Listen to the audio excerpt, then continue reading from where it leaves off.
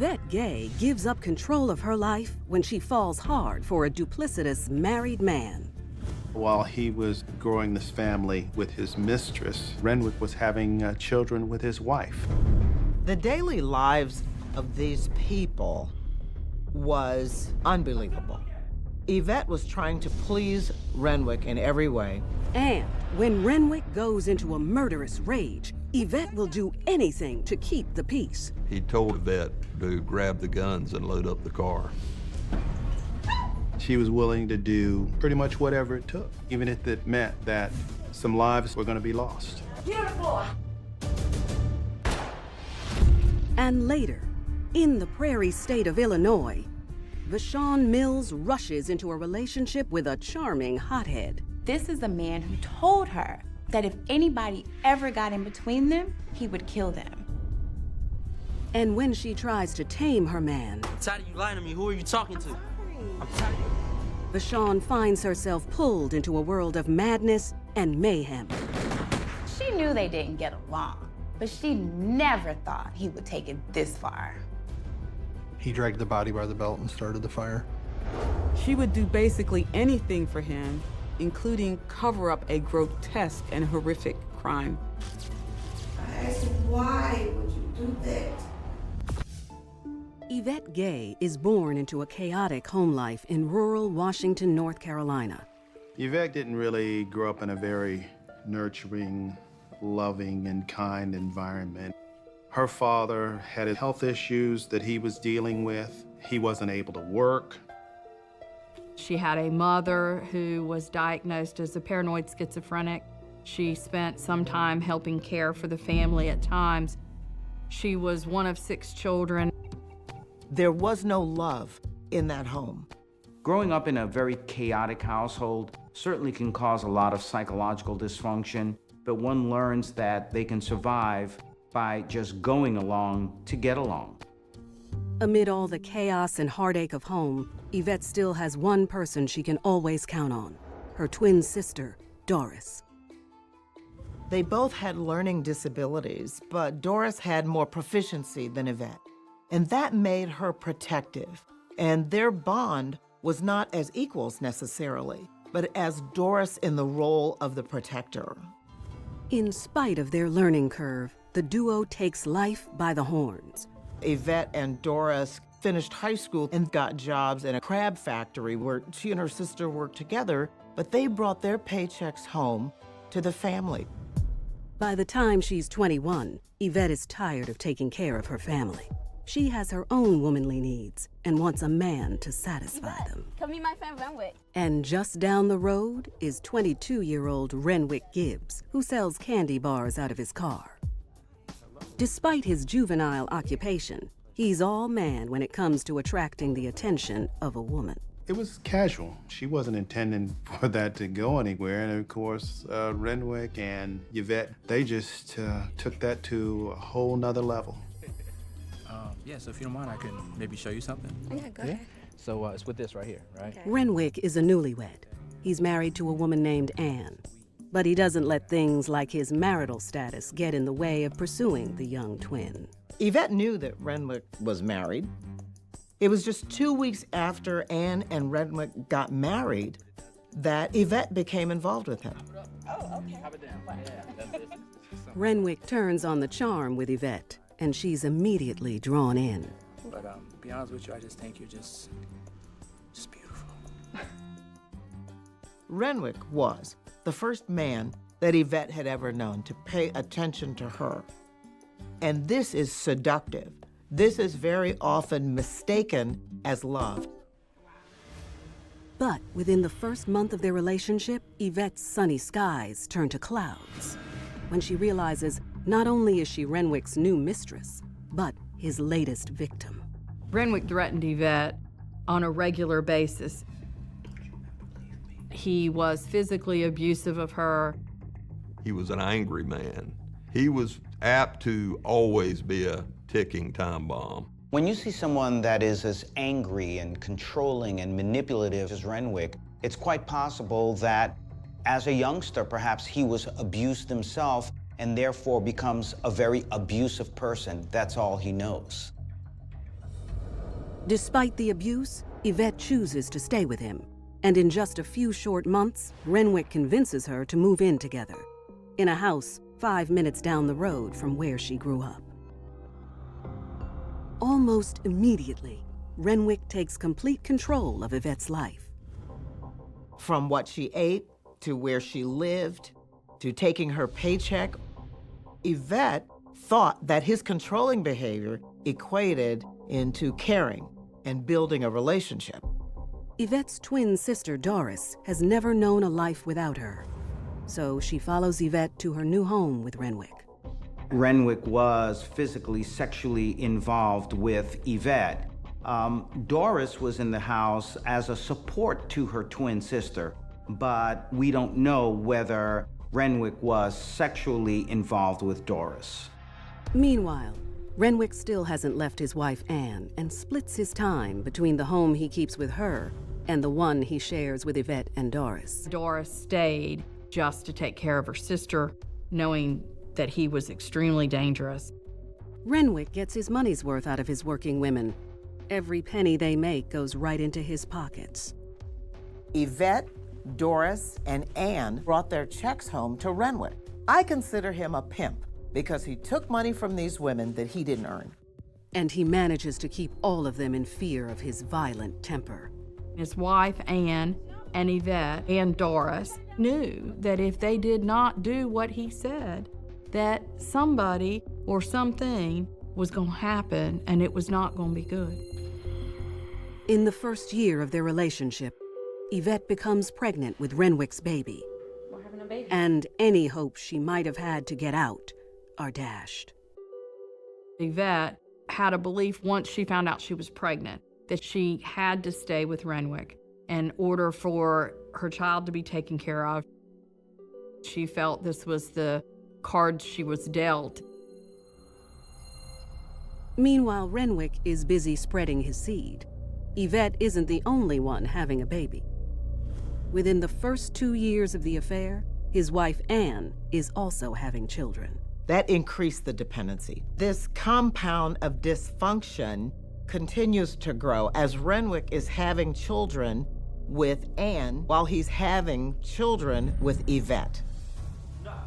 And you expect me to come home? Huh? You expect me to come here? And Renwick's growing family does nothing to curb his violent streak. He was grossly abusive, and if he was mad at one woman, he would take it out on the other one.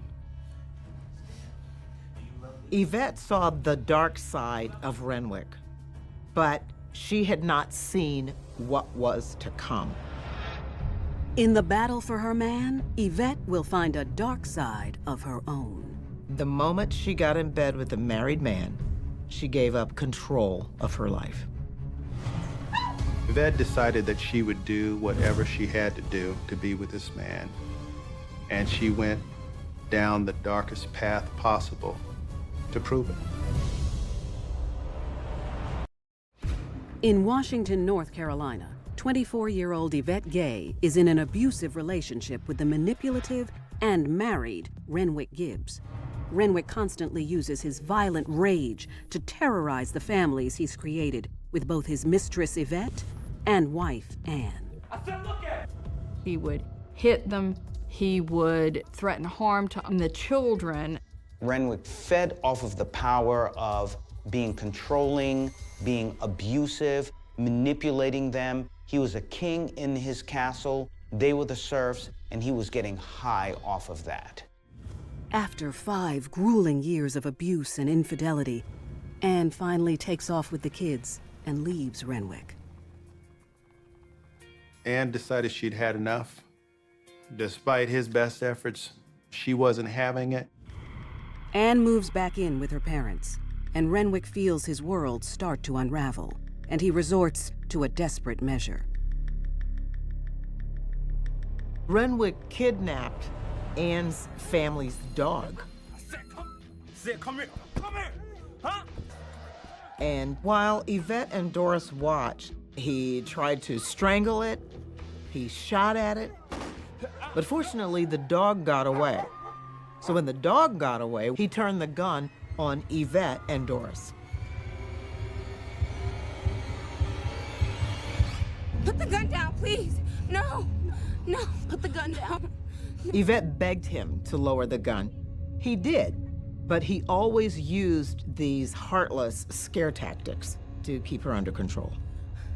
Yvette and Doris are safe, for now, but Renwick's rage is still boiling. Later that night, he devises a new plan to make his wayward wife pay, and he commands Yvette and Doris help him. This is gonna happen. Are you ready to do this? No. Renwick told Yvette and Doris that he was going to kill Anne, and he told them that they were going to help him. Go get the bullets. Go get the bullets! Yvette and Doris stayed in this very abusive relationship with Renwick because he had control over them. He had power over them. Yvette begs Renwick not to make her do it. I need you to buck up, okay? Yvette had a moment where she wanted to get out of this, but Renwick told her she had no choice. I want you to see firsthand what's gonna happen to someone who disobeys and disrespects me. Where those bullets at? Where those bullets? Come on, let's go. Nothing can stop Renwick from executing his murderous plan. Follow me. He told Yvette to grab the guns and load up the car. I don't want to go. Renwick and Yvette gear up to pay an early morning visit to Anne. I said, come Doris is ordered to stay behind. on. Stay right there.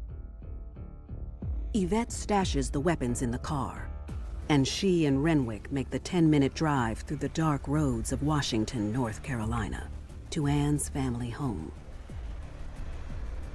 They parked on the side of the road, figuring that they would be able to use the darkness and the quietness to slowly work themselves through the grass and come up to the house without being seen.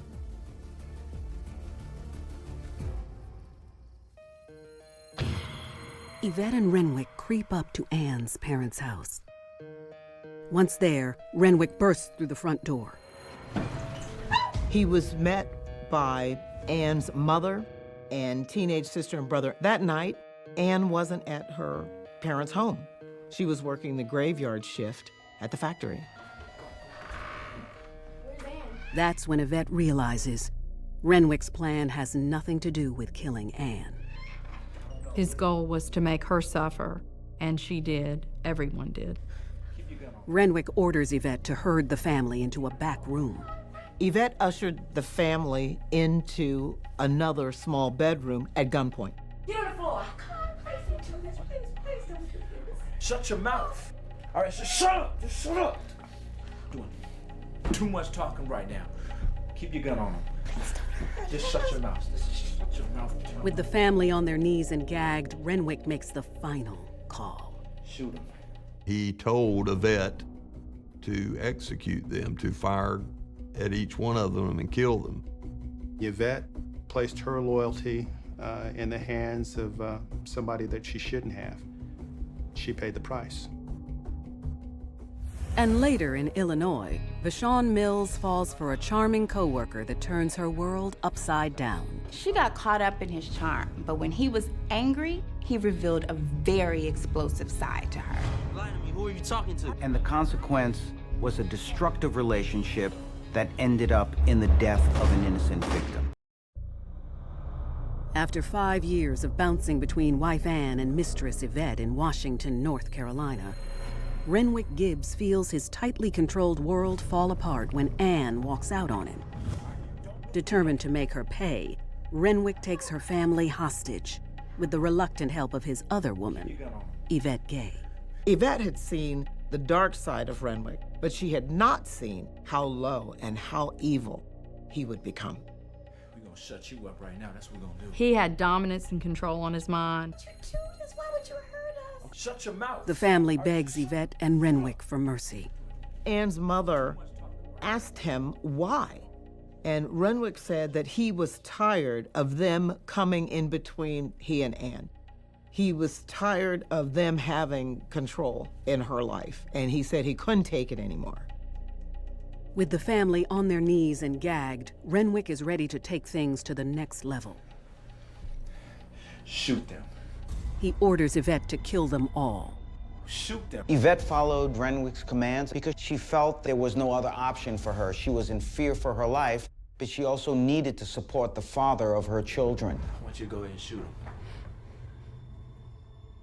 Shoot them. Right now. No! I can't shoot them. I can't. Shoot them right now! No! For the first time in her 5 years with Renwick, Yvette says no to him. She drew the line when it came to actually taking another human being's life. Give me the gun. Go back. Yvette's disobedience only fuels Renwick's resolve. Do it myself. He grabbed a rifle and pointed it at each one of the victims at point-blank range. Yvette was standing in the hallway, and she saw them get executed one by one. Yvette was in shock and disbelief that Renwick could actually pull the trigger and kill someone in cold blood. With the revenge plot now finished, Renwick and Yvette leave without looking back. In the end, the mission was accomplished. Yvette wasn't punished, she was able to assert herself, and she still had her man. A few hours later, Anne's father comes home to the brutal scene.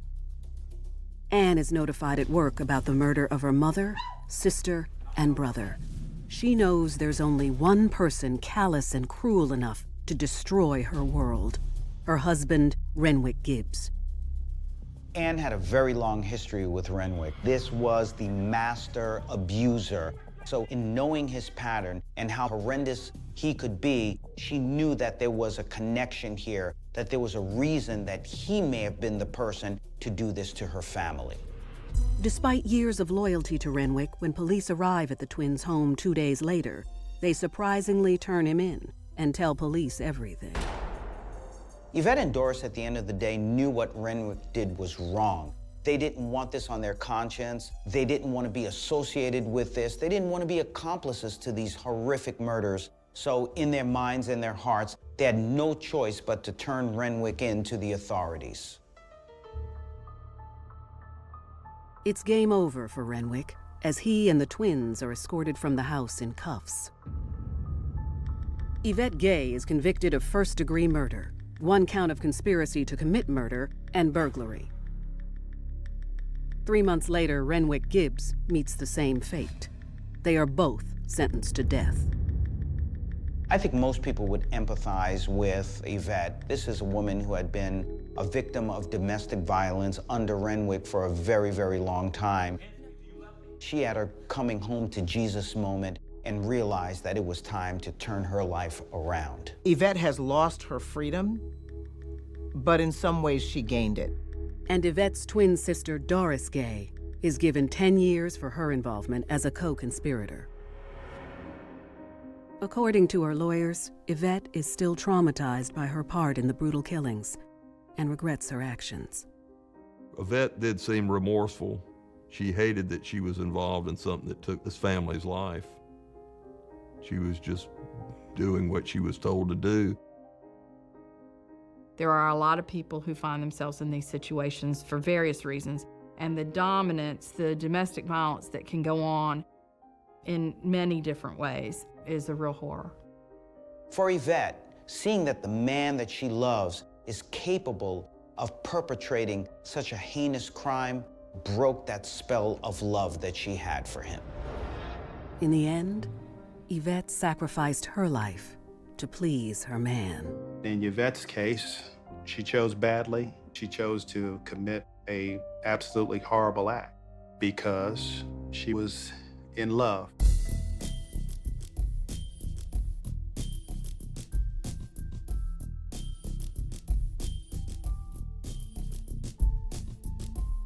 Yvette Gay's devotion cost 3 innocent lives and guarantees her own death behind bars. In the prairie state of Illinois, Vashon Mills will also learn that blindly following her impulsive man can have dire consequences. In the inner city of Indianapolis, 19-year-old Vashon Mills is on the road to success.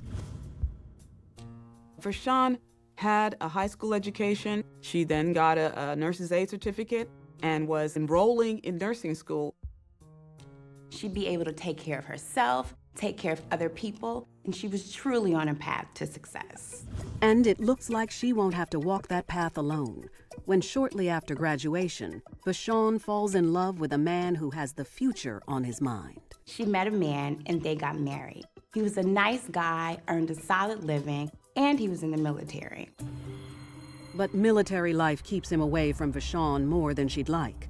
4 years and 2 daughters later, they divorce. There was no significant father figure for her. That created a void in her emotionally, which resulted in her neediness towards men. Vashon and the girls move out on their own.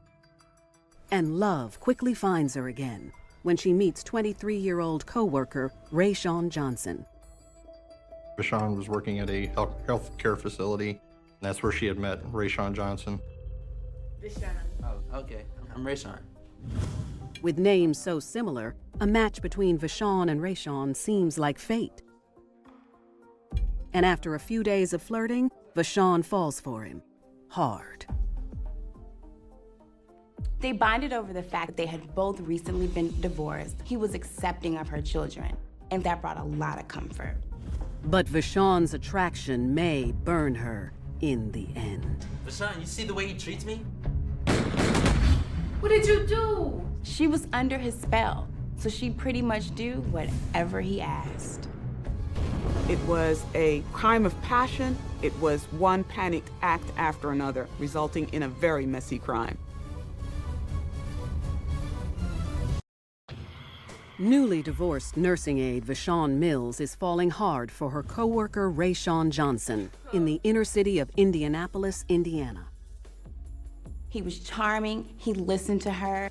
Sparks were flying, and Vashon was definitely getting pulled in.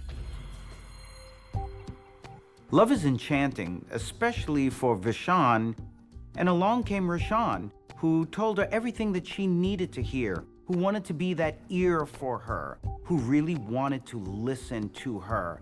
The 2 nursing aides get serious quick, and it isn't long before Rayshawn is visiting Vashon's apartment on a daily basis. Rayshawn met Vashon's 2 girls and quickly incorporated them into his life. Oh, Vashon, thank you. Rayshawn spends any time and money he has trying to win over Vashon and the girls.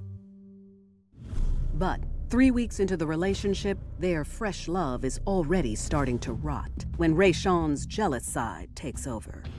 He did not allow her to talk to any male friends. He kept her away from them. He became increasingly more possessive and controlling of Vashon.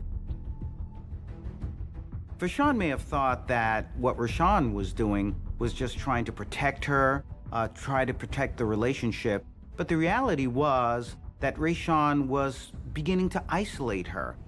Who are you talking to? I was talking to my friend. Let me see your phone. And Rayshawn's jealousy goes to the extreme, pulling Vashon and the girls completely into his world. I'm tired of you lying to me. Who are you talking to? I'm not lying. Who are you talking to? He made it absolutely clear to her that he didn't want anybody to come between them. He told Vashon that if anybody ever tried to come between them, he would kill them. I'm sorry. I'm tired of you. Ignoring the warning signs of Rayshawn's irrational behavior, Vashon not only stays with him, she upends her world to be in his life. About 6 months into their relationship, Rayshawn invited Vashon to move in with him and his mother, which was in Bloomington, about 3 hours away from her family. Vashon doesn't give the disruption a second thought. She was moving away from her job. She was moving away from her support system, which was her family, and she now had to enroll her kids in different schools. She'd be completely under the care and control of Rayshawn and his mother. The living conditions in Rayshawn's mother's housing project apartment are cramped, but Vashon sucks it up until the 2 can get on their feet. Rayshawn immediately finds work at a customer service company, and Vashon looks for a job so she can re-enroll in nursing school. But things are about to change. One night, Rashawn and Vashon went to bingo night, and when they got there, Vashon noticed an elderly man at the bingo game. 74-year-old Oakley Mitchell is a retired veteran with a kind soul, a giving heart, and a listening ear. Oakley was drawn to Vashon, and by the end of the night, she pretty much had told him her whole life story. Normally, Rashawn would be insanely jealous of Vashon talking to anyone else, especially another guy. But Oakley was a senior citizen, much older individual, and therefore was very non-threatening. Just a good old friendly soul. I've got a big house. I've got plenty of space. You and your boyfriend want to come by, I can make you a pretty good deal. Oh, yeah? Yeah, no problem. Oakley feels for Vashon's cramped living situation, and he could use an extra hand or two at home. Oakley lived on a huge farm, and because he was in a wheelchair, he couldn't take care of himself. So he'd often invite young people to come live on his farm in exchange for helping him out. Vashon explained to Oakley that she had a boyfriend and that she would have to ask and bring him, but he was open to it. Yeah, it was nice meeting you. Okay, here now, you behave. Bye-bye. 2 weeks after meeting Oakley, Rashawn, Vashon, and the girls move in. And Vashon seems to be the answer to Oakley's prayers. She cleaned the house for him, she'd drive him around, she'd even help him put on his pajamas at night. But just days after moving to the spacious farm, Rashawn's already feeling crowded out. From the time they moved onto the farm, Rashawn was no longer in control. He was not the man of the house because it wasn't his house. He wasn't providing for her, Oakley was, and that did not sit well with Rashawn. Hey, rent's due. Rashawn and Oakley were at each other's throats around the clock. She knew they didn't get along, but she never thought he would take it this far. I asked him, why would you do that? 2 weeks after meeting Oakley Mitchell, Vashon Mills, boyfriend Rashawn Johnson, and her 2 little girls moved to Oakley's farm in Secor, Illinois. Life on the farm was good. Vashon had more space, the girls could run around. Oakley had great company. Vashon was very fond of Oakley. She treated him like a grandfather. He didn't have any grandchildren of his own, so he enjoyed having Vashon and the children around. But the budding friendship doesn't sit well with Rashawn. Oakley was now getting attention from Vashon. The more the relationship with Vashon and Oakley increased and they became closer, the more antagonized and more resentful and more jealous that Rashawn became. Hey, rent's due. And Oakley makes it clear that the feeling is mutual. Oakley was frustrated with the way Rashawn treated Vashon and her children, talked down to them. Oakley did not care for that and did not want that to happen in his home. You stand being in the same group as that guy. You spend more time with him than me. I'm your boyfriend. Hey, you two stop. Oakley doesn't fear Rashawn like Vashon does, and he uses every chance he can to prove it. Hey, look, you need to stay out of it. This is none of your business. It is my business. It's my house, my business. If you're gonna act like an animal, I want you to just sleep out back. He's sometimes told him he had to go sleep outside or stay outside of the house, and that would create all kinds of conflict. Now get going. Keeping Rashawn in check becomes a daily battle for Vashon. For Vashon, this was a real conflict in that she really depended on Oakley and this very stabilizing situation, but yet at the same time, she was still in love with Rashawn, who did things much different, maybe the opposite of Oakley. So what should have been a very even situation became very destabilizing because of this constant conflict in that area. This is a man who told her that if anybody ever got in between them, he would kill them. And he did not like where he thought her relationship with Oakley was headed. 3 weeks after moving in, one hot summer night in August, the conflict between the 2 men takes a deadly turn. Vashon went upstairs to check on the girls, who were sleeping. She then came back downstairs to change Oakley into his pajamas, but she found him instead on his computer, so she went on into the bathroom. But Rayshawn has finally reached his breaking point with Oakley. Look, I'm gonna need you to stand here. What? Just stand here. He closed the bathroom door, slammed it behind him, and left. There is an eerie silence. And then 5 gunshots ring out. Vashon later exited the bathroom and saw Rayshawn in the hallway pacing back and forth with the handgun. She's seen and known that he carried that gun, but she'd never seen him use it. In Oakley's bedroom, Vashon makes a grisly discovery. She discovered Oakley slumped over his computer, and he had been shot. Oakley is dead, and Vashon is in a state of shock. She knew they didn't get along, but she never thought he would take it this far. She ran upstairs to check on the girls, and at some point, Rayshawn snapped out of his daze and started yelling for her to come back downstairs. Vashon does as she's told. When Vashon got back downstairs, Rayshawn wanted her to help him clean up the scene. She was faced with the decision to either turn him in or help him cover it up. After stewing for weeks, Vashon Mills' boyfriend, Rayshawn Johnson, kills their elderly landlord, Oakley Mitchell, in a jealous rage. A few minutes after shooting Oakley, Rayshawn asks Vashon to help him clean up the crime scene. She had to make a decision whether she was going to help him cover it up or not. The choice Vashon makes is to stand by the man she loves. She immediately began picking up shell casings. As night turns to day, Rayshawn sets a large fire to dispose of the body. He dragged the body by the belt and placed it on the burn pile. But before he got to the burn pile, he pulled Oakley's wallet out of Oakley's pocket and gave it to Vashon. That old saying, no good deed goes unpunished, is really true here. Because here you have Oakley, who just wanted to really help these people out. He didn't have to extend his home, but he did it. And so what does he get in return? He gets murdered. With the fire still burning, the couple flees the farm. They grabbed the kids and went to Bloomington to check into a hotel. Upon getting to Bloomington, they stopped at an ATM, withdrew $400 from Oakley's account.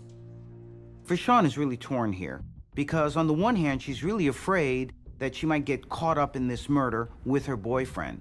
But on the other hand, she might have to turn against him and let him take the fall by himself. He had been there for her in her mind, and she felt that she had to be there for him till the bitter end. The next morning, Vashon and Rayshawn returned to the farm to check on the damage. They discovered that Oakley's body was only partially consumed. Rayshawn took the grotesque remains, threw them into the trunk of one of Oakley's cars, and drove to a bridge close by. Determined to rid himself of Oakley once and for all, Rayshawn tosses his body over the bridge, while Vashon looks on. Oakley's body didn't land in the water, so Rayshawn had to run down and push his body into the water. Then the couple heads off to spend Oakley's money as if nothing's happened. Vashon took Rayshawn to work, and then her and her 2 girls went shopping and bought some clothes, and she took her children to have their nails done. Vashon has made the choice to cover for Rayshawn, and she's not turning back now. During all of this time, Vashon had an opportunity to get away, to tell someone to put an end to this horrible nightmare. But she doesn't. Instead, at the end of his shift, Vashon collects Rayshawn from work. They headed back towards Indianapolis to her grandmother's house. On the way, Vashon and Rayshawn learn some startling news. They saw a news article where a body had been found in the Mackinac River where they had dumped Oakley's body. The body was discovered by a male who had went down to the Mackinac River to fish that morning. The guilt of Oakley's murder begins to weigh on Vashon, and when they arrive at her grandmother's house, she finally breaks her silence. Rashawn killed Oakley. What? Did you say he killed someone? Vashon told her grandmother everything. The grandmother then asked, What do you mean you had to do it? I had to, Grandma. He was disrespecting us, trying to come between us. Rayshawn may have been a person who had a lot of psychological issues growing up and therefore always felt that he was disrespected and reacted with extreme anger and rage. And in some ways, Oakley may have pressed some of those hot buttons from the past. After the confession, Vashon's grandmother gets Rayshawn out of the house so she can figure out how to help clear Vashon's name. Vashon's grandmother took Rayshawn to a family friend's home, left him there, and then contacted a family friend who was a detective. The detective gets in touch with local police, and Vashon tells them where they can find Rayshawn. Police came to a home where Rayshawn had been staying and found him hiding in a closet. And that is where they arrested him for the murder of Oakley Mitchell. Later that day, Vashon is also taken into custody. Vashon pinned the entire murder on Rayshawn. The whole time he had the gun, I was just scared. I was scared of it. I said, Ray, I asked him, why would you do that? That man was a good man. That man was a good man. But Rayshawn also plays the blame game. She told me that he tried to make her. Okay, who told you that? Sean. Okay. He said that Vashon requested that he kill Oakley because Oakley had made unwanted sexual advances towards her, and that he only complied out of love for Vashon. Rather than taking their chances in front of a jury, both Vashon and Rayshawn make deals with prosecutors. Rayshawn pled guilty to first-degree murder and was sentenced to 50 years in prison. Vashon pleaded guilty to concealment of a homicide and mutilation of a body and received an 18-year sentence in prison. In many ways, I think Vashon had plenty of opportunities to get out of this very abusive and crazy relationship with Rayshawn. And so when there were the detours ahead, she ignored each and every one of them. And each time she did that, she was further and further in and just couldn't pull herself out. In the end, Vashon's dependence on her man claims a life and ruins her own. That man was a good man. Vashon risked a lot by helping Rayshawn with the murder and the concealment. She has not seen her children. She basically lost everything. Vashon blamed herself for Oakley's murder. If she had never brought Rayshawn into his house, he'd still be alive and playing bingo today. At the sentencing hearing, Vashon admitted guilt to a number of things, including falling in love with a bad man. In life, there are choices and consequences, and Rayshawn and Vashon made an unhealthy choice by coming together to meet whatever their unconscious, irrational needs may have been. But the consequence was a very destructive relationship that unfortunately ended the life of an innocent victim.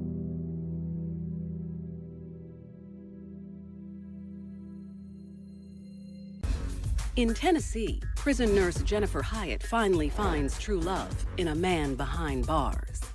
Their eyes met, and she said, I'm in love. George had a very long and violent criminal history, but there was something exciting in him, and Jennifer fell under his spell.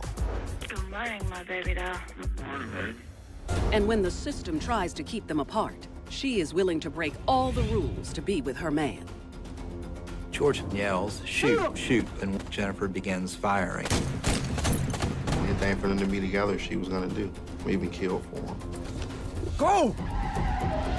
And later, after a difficult childhood on the streets of Chicago, Latasha Pulliam meets a man who fulfills her dark desires. It's an unfortunate union. It appeared that Latasha and Dwight were using each other for benefits. It was a case of torture and murder.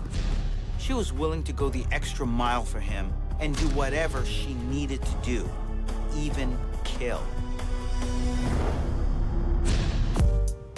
From an early age, West Jordan, Utah native Jennifer Forsythe dreamed about falling in love and having the perfect relationship until she saw her own parents' union crumble. Her parents divorced very early, and in many ways, she felt that perhaps it was her fault. We see this with many children. They blame themselves. It also causes self-esteem and self-worth issues. Those feelings continue into her teen years as she goes from one dead-end relationship to another, consistently mending a broken heart. Jennifer was drawn to men who would exert control. There were patterns of abuse, both physical abuse, sexual abuse, mixed in with bouts of substance abuse and alcohol abuse. Every relationship she had was set up for failure. As she hits her 20s, she finds comfort working as a nurse's aide at a local hospital. But the joy she feels from helping others isn't enough to fill the hole in her heart. Jennifer needed a man in order to give her a feeling of self-worth. By herself, she did not feel that she was worth much. She gives marriage a shot, twice, but it isn't long before she finds herself in the singles club again. Jennifer was very naive and very easily manipulated. I think maybe she was lonely at that point in her life. So that winter, after visiting friends in Tennessee, the 31-year-old decides a change is in order. She pulls up stakes and makes the 1,500-mile move from West Jordan, Utah to Dyersburg, Tennessee, 3 hours west of Nashville. It's like a breath of fresh air. This change of scenery was a way for her to erase her very negative past and now have a better future, especially when it came to being in a relationship with a man. Right away, Jennifer focuses on her career and soon gets her nursing license. Her first job is at the Northwest Correctional Complex in Tiptonville, Tennessee, but she's not worried. The Northwest Correctional Complex was a very low security type of prison. It's more about rehabilitation. This is not a scary place at all for Jennifer to work, but maybe even a very hopeful place. There, she enjoys administering medications and overseeing many of the inmates' health issues. It's the last place she expects to find love. Then, just 2 weeks into the job, Jennifer's heart almost skips a beat when 33-year-old inmate George Hyatt is assigned to clean up the clinic where she spends most of her time. George was a good-looking young man who was fit, who was charismatic. When she first saw George, their eyes locked across the room, and she knew that they were going to be together. So desperate for love, she ignores the fact that he's only served 2 years of a 35-year sentence for a series of crimes going back more than 15 years. Anybody who's committed 2 aggravated robberies, multiple burglaries, and escape, by definition, they're a dangerous person, not someone you'd take to Sunday dinner. But she doesn't care, especially when he gives her constant praise, telling her how beautiful she is. He knew what to say to make her feel good, to appreciate it, make her feel wanted. You know, had her thinking, hey, this guy's a good guy, even though he's in prison. When George and Jennifer met, they were actually able to feed into each other's needs. George was extremely lonely for female company, and she had had all of these negative experiences in love. Here finally was someone who was willing to shower her with attention. Jennifer can't get enough of the charismatic prisoner. She even thinks of little ways to make his life on the inside better. She did things for him. Lots of things, including some outside food, and he had a cell phone. And I think the cell phone came in a peanut butter jar. She put her career on the line by kissing George, by holding hands with him, by being inseparable. She lost all focus. She lost all perspective. It was about this love affair that she was having. She didn't care about the consequences. She hadn't had the job very long, and she was already willing to break the rules. That just shows how hard that Jennifer was falling for George, that she was willing to put her job on the line to try and take care of him or to bring him the things that he wanted. Soon, the two profess their love to each other, and Jennifer has never felt so complete. I love you too. She was deeply, madly in love with George. He makes me feel good. He makes me feel wanted. And I think maybe George has some love for her. But I also think George loved what she could do for him. Unfortunately, their love affair is about to hit a serious stumbling block when she sneaks in something else for her man. Jennifer had smuggled in food, shrimp, to George. She was caught in the prison with that, and it was contraband, and she was immediately fired for that infraction. But the lovelorn nurse is not about to give up her soulmate. And when it seems like the entire world's trying to keep these lovers apart, they'll risk everything to be together. She was willing to do anything for George, maybe even die for him. She was under his spell, no question about it. In Tiptonville, Tennessee, prison nurse Jennifer Forsythe has finally found love in convicted felon George Hyatt. But their secret affair is discovered when she's caught smuggling him some carry-out shrimp and is immediately fired and banned from the prison. You can't have people sneaking in anything to prisoners. I mean, because today is shrimp, tomorrow is a clip to a 9mm. Because of the violation, George is transferred to Riverbend Maximum Security Prison, 3 hours east, near Nashville. Jennifer is devastated but determined to keep their relationship alive. Even though he was in prison for 35 years, maybe she thought there was a light at the end of the tunnel where one day we can be together. After 6 months, she moves north to Hendersonville, just 25 miles from George. During the day, she works as a live-in nurse for an elderly couple. But at night, all she can do is dream of her lover. You think that she would have learned her lesson, but no. She actually followed him to this other prison, moved into this town in order to now even step up and escalate that relationship. She's gonna stand by him as he goes through his trials and tribulations. Unfortunately, the move turns out to be in vain, since she can't visit her love in prison without being legally married, and her desperation grows. They still communicated over the phone, but she didn't have any ability to have physical contact with George any longer. To fix the problem, the two decide to tie the knot in a no-contact prison ceremony. Husband and wife. Even though there are no conjugal visits allowed, they'll take what they can get, filling the gaps between visits with long phone calls. Despite the maximum security, George is still able to use the cell phone he snuck in. He would be on the phone with Jennifer every waking moment, and I mean that quite literally. She'd talk to him 10, 11, 12 hours a day. Hey. Good morning, my baby doll. Good morning, baby. Wake you up. I'll call you back. I love you. But carrying on their love this way isn't enough for Jennifer, and she decides she can't wait 33 years to feel his touch. She wanted her husband, George Hyatt, out of prison. She wanted him for herself. And with that, she knows there's only one way for the two to be together. She will help her man escape. Because Jennifer was so in love with George, she didn't give any thoughts to the consequences. She just wanted to be with George and, hey, in order for us to be together, I have to get him out of prison. George acts surprised, but it was something he was secretly hoping for from the start. Whether he loved Jennifer or not is irrelevant because George had been looking for the right dupe, the right person, the right victim to be able to break him out of jail. That's when he comes up with the perfect plan. In just a few weeks, he has a court hearing for an outstanding robbery charge at the Rowan County Courthouse in Kingston, 2 hours away.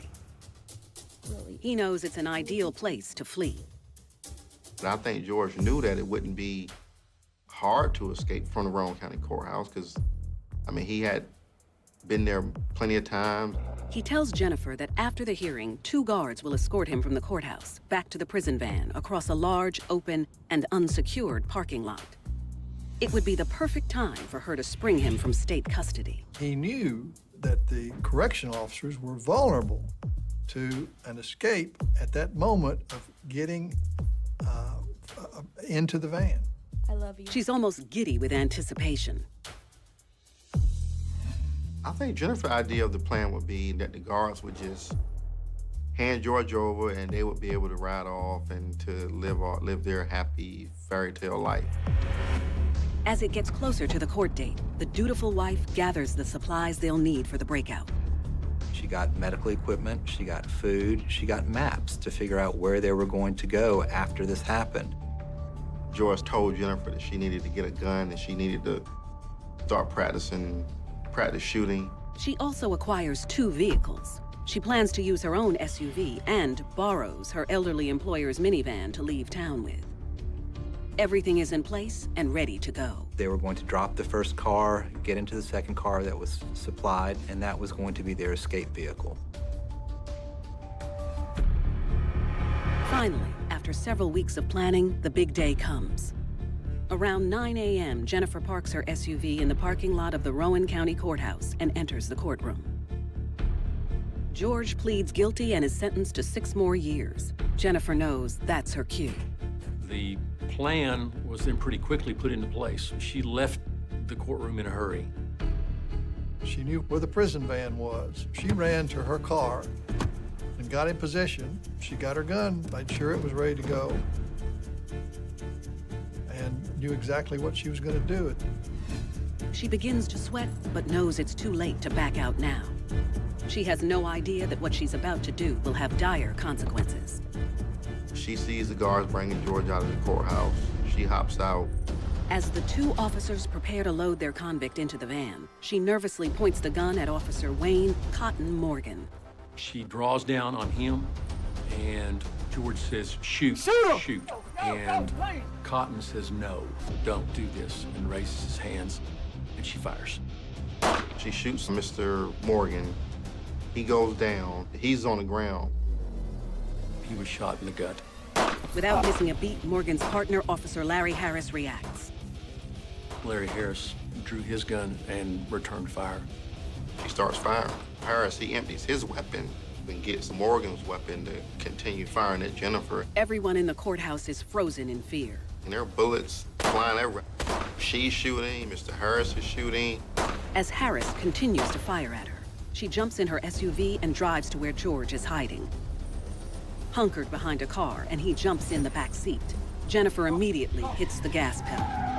They took off down out of the parking lot, bullets flying by, and made a getaway. I mean, they made a getaway. With her adrenaline pumping hard, she only just notices that she's been shot. Jennifer is bleeding. There was blood all over the vehicle. And later, in Chicago, Latasha Pulliam sacrifices her soul to please her man's sickening desires. She had never gone to that extreme before. She would do anything that he was doing because they were simpatico. They were together. They were partners, even in something that was so heinous. George Hyde has a history of using his charms to escape authorities. One of George Hyde's convictions for aggravated robbery involved a convenience store robbery and led to an escape from a patrol car. A woman allegedly helped him in that escape as well. Shoot him! After shooting a prison guard and freeing her husband of 3 months from incarceration in Rowan County, Tennessee, Jennifer Hyatt realizes she's been shot twice. Officer Harris did manage to shoot Jennifer in the buttocks with a through-and-through wound, and also to graze her on the face. But there's no way she and George can stop for help. Going to the hospital at that point was out of the question for both of them. Instead, their first stop is the deli, where she stashed the minivan with all of their supplies. They transfer vehicles. Jennifer is bleeding. There was blood all over the vehicle. They immediately hop on the highway. Before anyone got a grasp of what had just happened, they were already on the interstate, headed out of town. It is quite clear that Jennifer is in way over her head, but she's got the prize. She ended up getting wounded and was bleeding profusely, but she's got George, and she's going to see this thing through. At the courthouse, law enforcement quickly figures out who's involved and begins a nationwide manhunt. When you shoot an officer, it gets the attention of every other officer. You can count on that.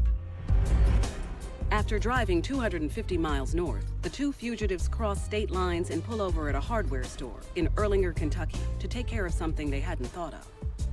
George was still shackled and handcuffed. They convinced the customer who was walking out that they weren't able to go in. They gave him money and he agreed to go in, buy a hacksaw, and bring it back out. With George now free from his restraints, husband and wife spend the night in a local motel down the street as Jennifer dresses her wound.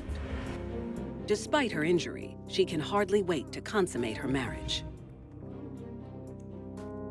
Jennifer was in a romantic fog. Even though she had been shot, even though law enforcement were hot on their heels, she still believed that these days, these hours that they were together was the culmination of everything that she had ever lived for.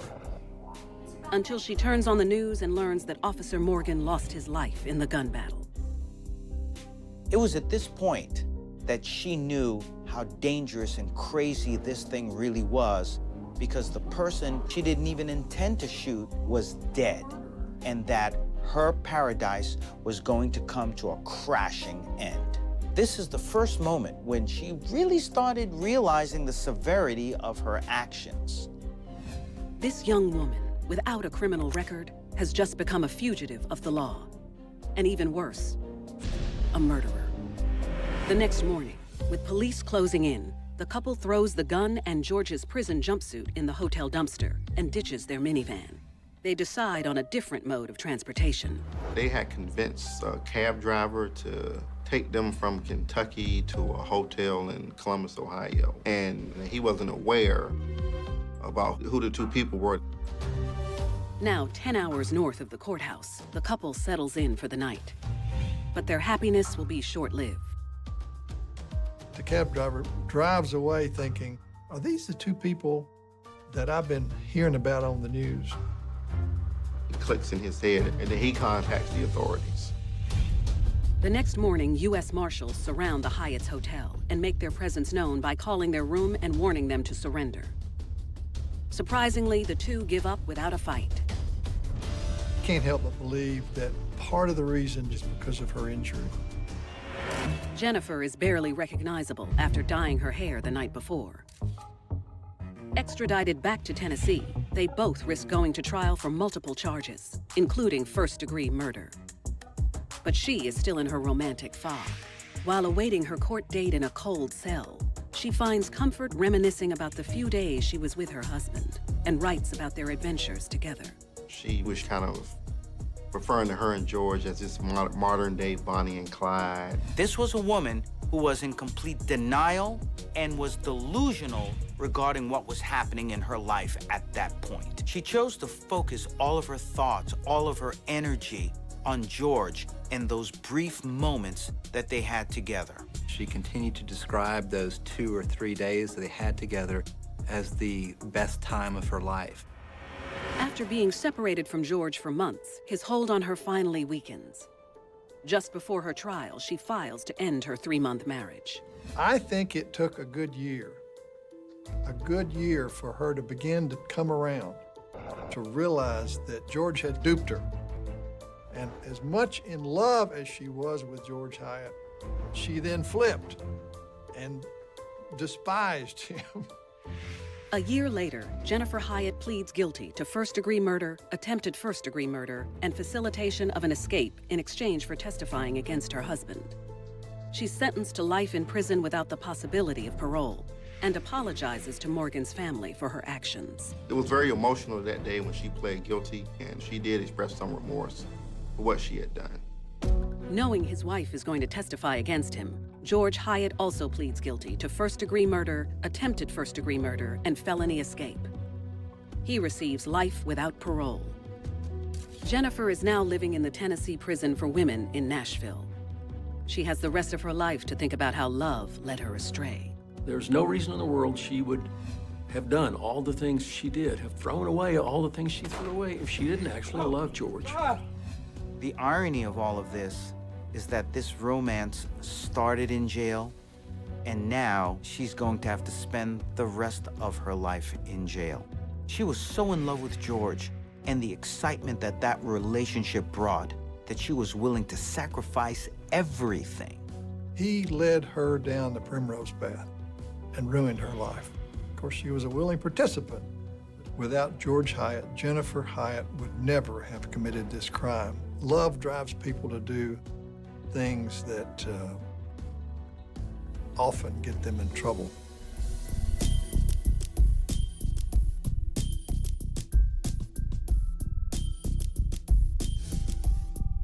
Jennifer Hyatt regrets going against her true nature to be with her love, and is paying the price.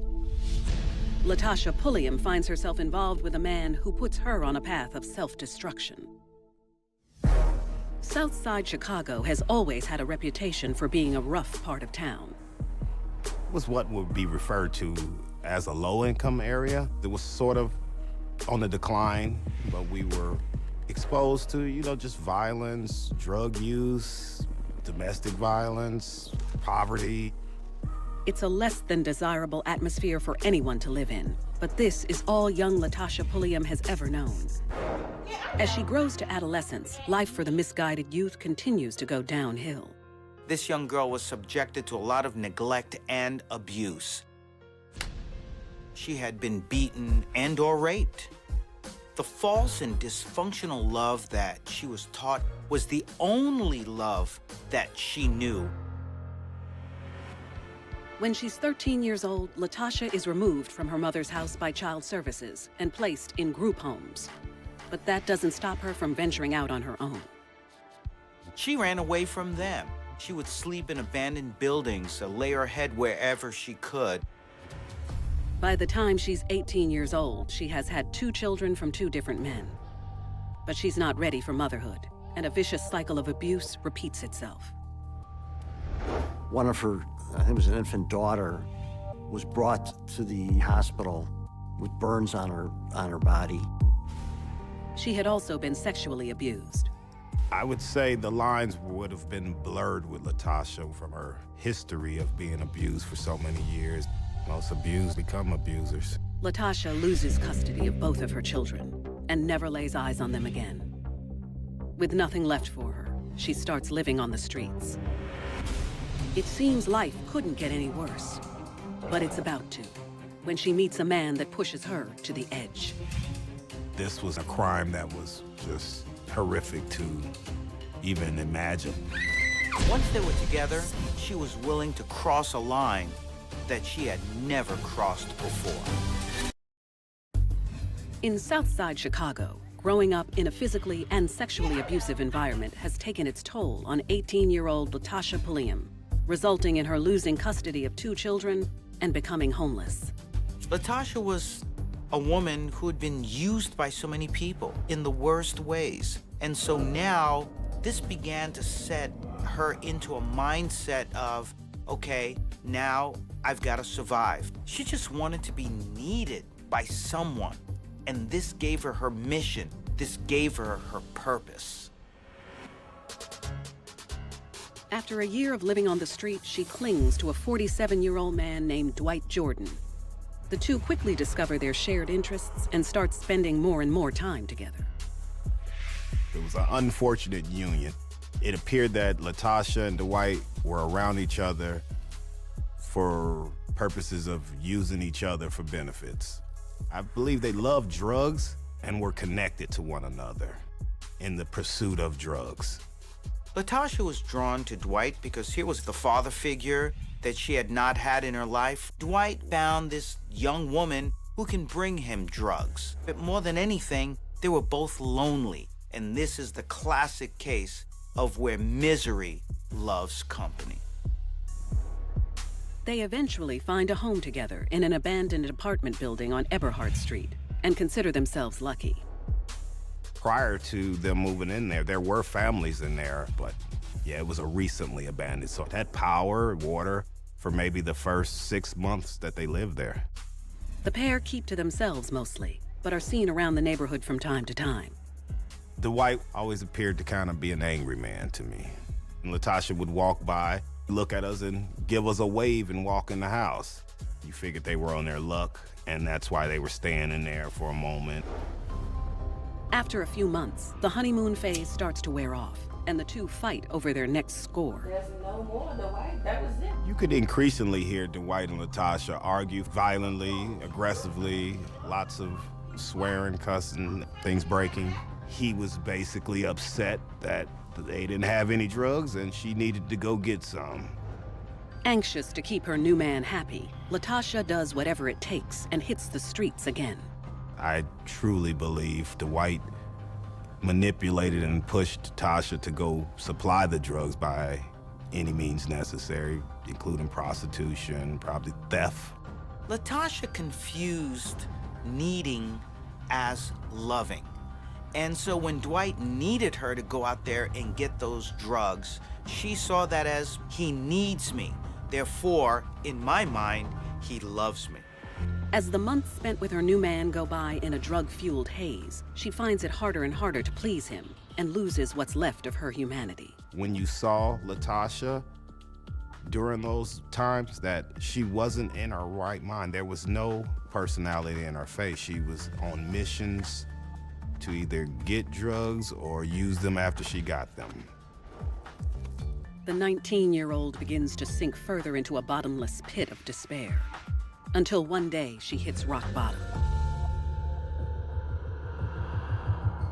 Around 3:30 p.m., Latasha is outside of her apartment building looking to score drugs when she spots one of her neighbor's kids, Shenosha Richards.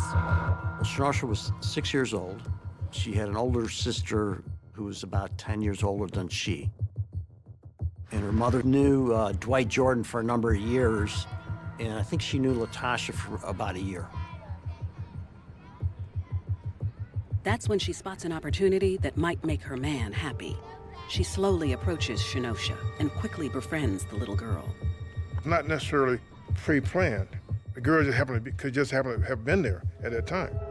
She lures her away from her friends and convinces the 6-year-old to watch a movie at her apartment.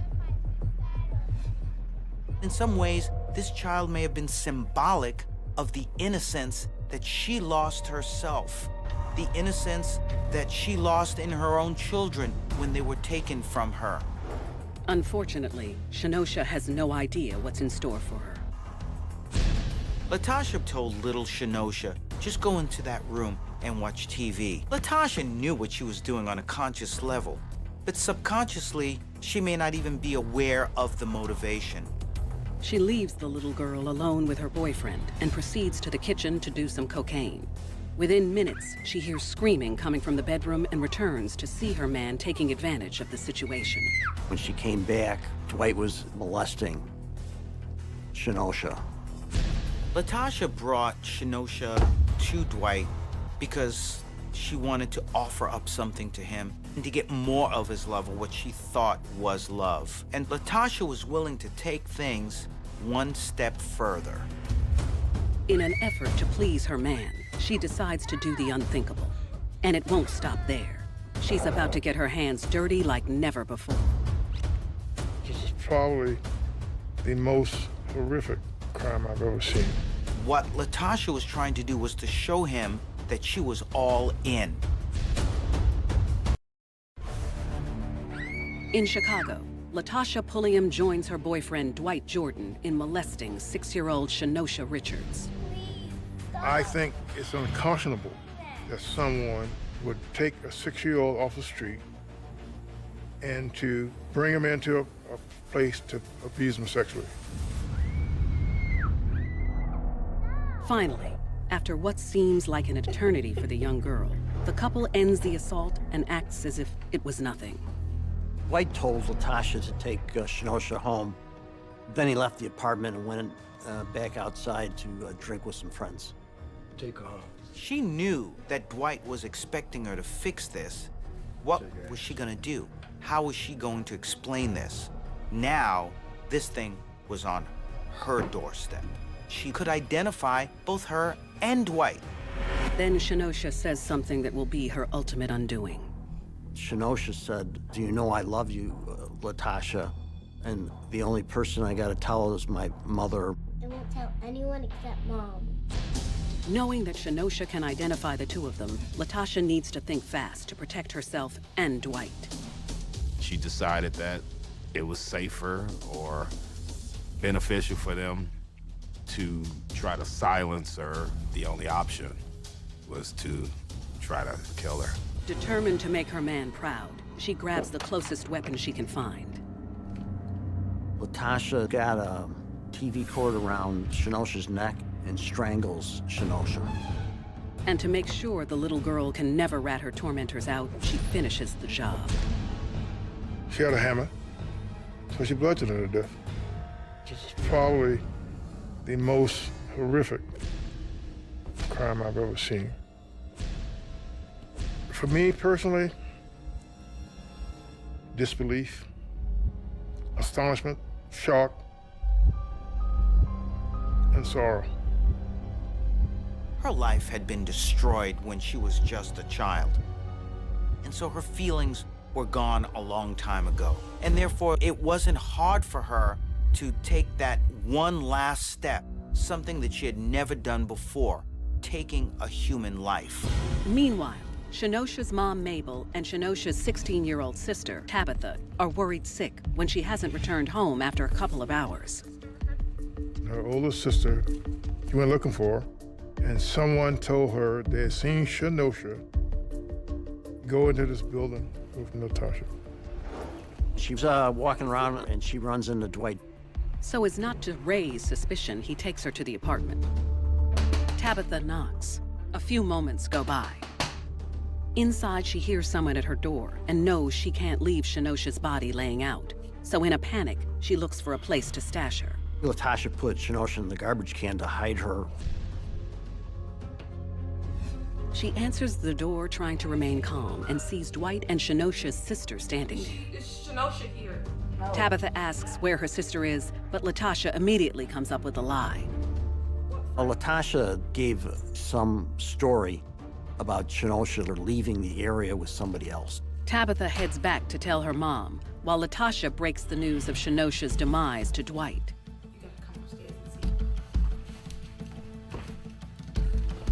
The two worry that they might get caught and scramble to get rid of any evidence, like Shenosha's clothes and shoes. I think Latasha panicked, and she did not know what to do. Unaware of what's going on, some neighbors happen to be talking outside of her apartment when they see her open her upstairs bedroom window.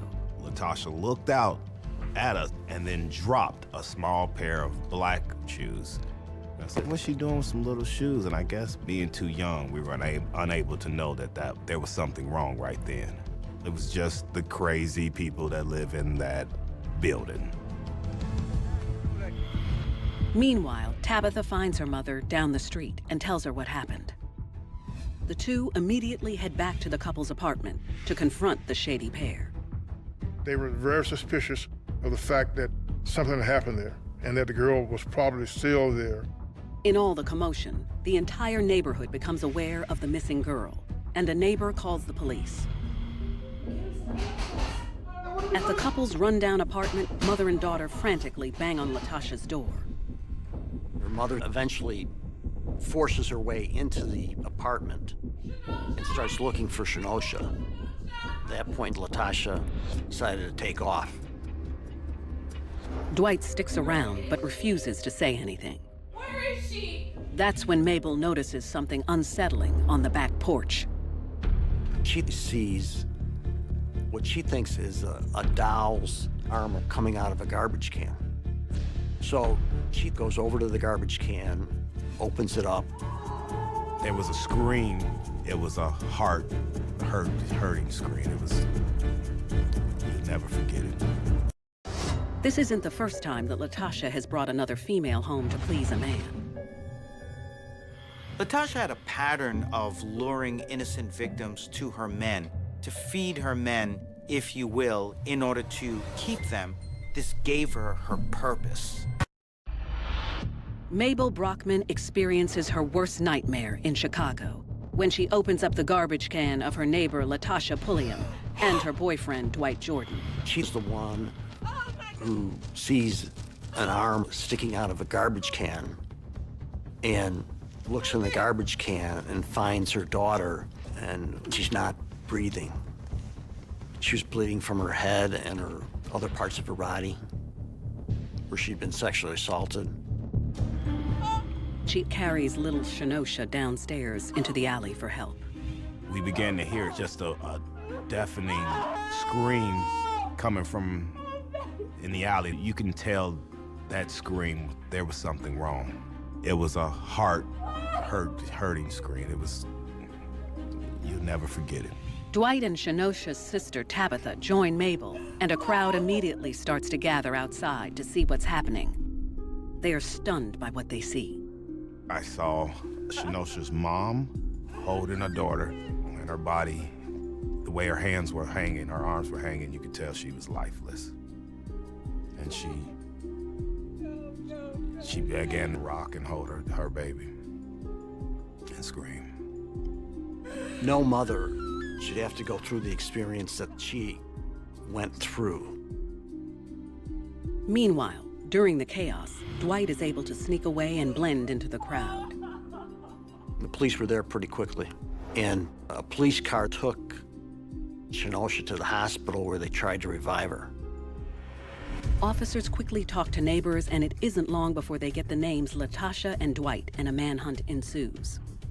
Everyone, including neighbors, are scouring the area for them. Latasha ran to another apartment in the same building complex. And when she heard the cops coming, she knew that she had to make a run for it. She was now in survival mode. Suddenly, some men hear glass breaking. They look down the alleyway and see Latasha trying to escape. She looks directly at us. There was no mistaking of who she was. And then she just turned around and she began to run. And that's when the chase began.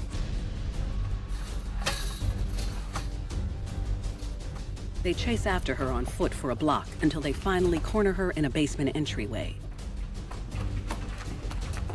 She doesn't put up a fight as she's immediately arrested. Meanwhile, Dwight's hiding spot is exposed when a neighbor points him out to an officer. The policeman found him in a crowd of people outside, asked him to come down to the police station because he was a witness, potential witness. When police question him, he reluctantly admits that he took part in the rape of Shenosha Richards, but puts most of the blame on his partner in crime. I think Dwight wasn't giving the full explanation of what his participation was. He minimized his participation. While Latasha and Dwight are being booked, Mabel and Tabitha are at the hospital, praying that Shenosha will recover. They tried to revive Shenosha at the hospital, but they were unsuccessful. Realizing there's too much evidence against her, she admits to sexually assaulting Shenosha with her boyfriend and then taking matters into her own hands.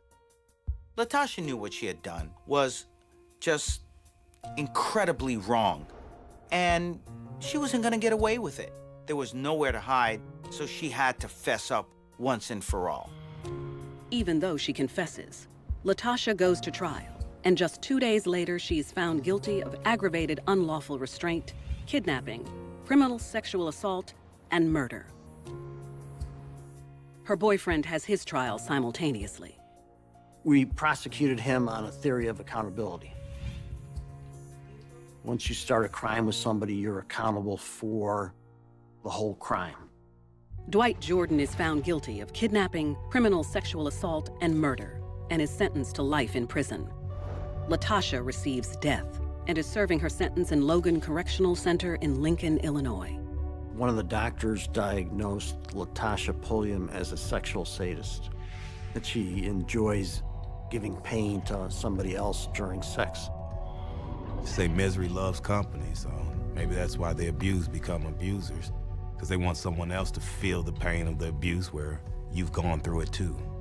She had never killed anyone before, but now with Dwight in the picture, someone she wanted to protect, someone who she thought loved her, who she felt useful to, what happened, happened. She had been destroyed, and that at some point in her life, because there were no interventions given to her, she was going to destroy someone else.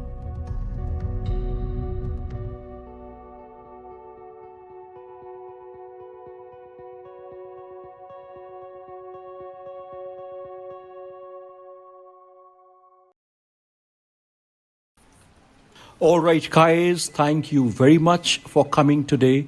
I have called you for a very special thing. We have an event day after tomorrow, and Khushi, you will make the necessary arrangements. Khushi. Yeah, sure, sir. You seem a bit off today. Everything is good, sir. Don't worry, I will do. All right, I am counting on you. All the very best.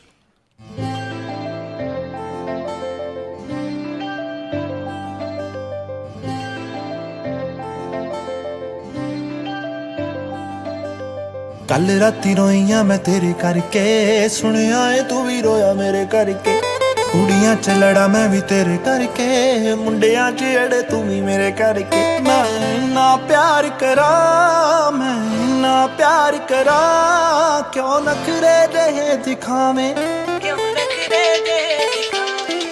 ਇੰਨਾ ਨਾ ਸਤਾਇਆ ਕਰ ਮੈਨੂੰ ਮੇਰੀ ਜਾਨ ਨਿਕਲ ਨਾ ਜਾਵੇ ਮੈਂ ਜਦ ਵੀ ਕੁਝ ਬੋਲਾਂ ਨਾਮ ਬੁਲਾਂ ਤੇ ਆਵੇ ਨਾ ਨਾ ਨਾ ਨਾ ਨਾ ਨਾ ਨਾ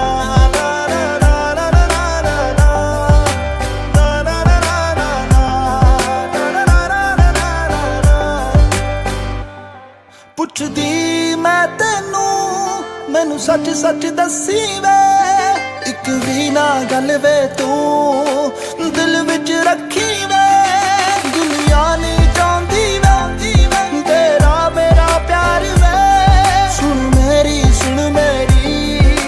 ਸੁਣ ਲੈ ਯਾਰ ਵੇ ਨਹੀਂ ਸੋਹਣਾ ਲੱਗਦਾ ਏ ਹੈ ਜਦੋਂ ਵੀ ਲੜਦਾ ਏ ਜਦ ਵੀ ਕਿਸੇ ਨਾਲ ਗੱਲ ਕਰਾਂ ਮੈਨੂੰ ਪਤਾ ਵੇਖ ਕੇ ਸੜਦਾ ਏ ਰਾਜ ਤੂੰ ਹਰ ਵਾਰੀ ਹੋਏ ਰਾਜ ਤੂੰ ਹਰ ਵਾਰੀ ਲਾਰੇ ਲਾਵੇਂ ਇੰਨਾ ਨਾ ਸਤਾਇਆ ਕਰ ਮੈਨੂੰ ਮੇਰੀ ਜਾਨ ਨਿਕਲ ਨਾ ਜਾਵੇ ਮੈਂ ਜਦ ਵੀ ਕੁਝ ਬੋਲਾਂ ਤੇਰਾ ਨਾਮ ਬੁਲਾਂ ਤੇ ਆਵੇ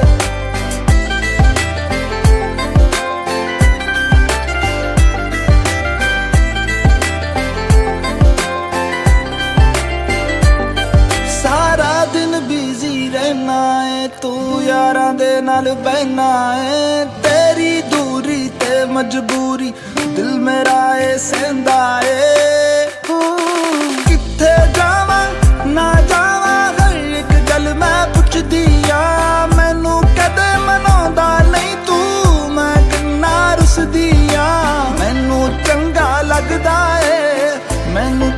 ਲੱਗਦਾ ਏ ਭਾਵੇਂ ਸਿਰ ਮੇਰਾ ਤੂੰ ਖਾਵੇਂ ਇੰਨਾ ਨਾ ਸਤਾਇਆ ਕਰ ਮੈਨੂੰ ਮੇਰੀ ਜਾਨ ਨਿਕਲ ਨਾ ਜਾਵੇ ਮੈਂ ਜਦ ਵੀ ਕੁਝ ਬੋਲਾਂ ਤੇਰਾ ਨਾਮ ਬੁਲਾਂ ਤੇ ਆਵੇ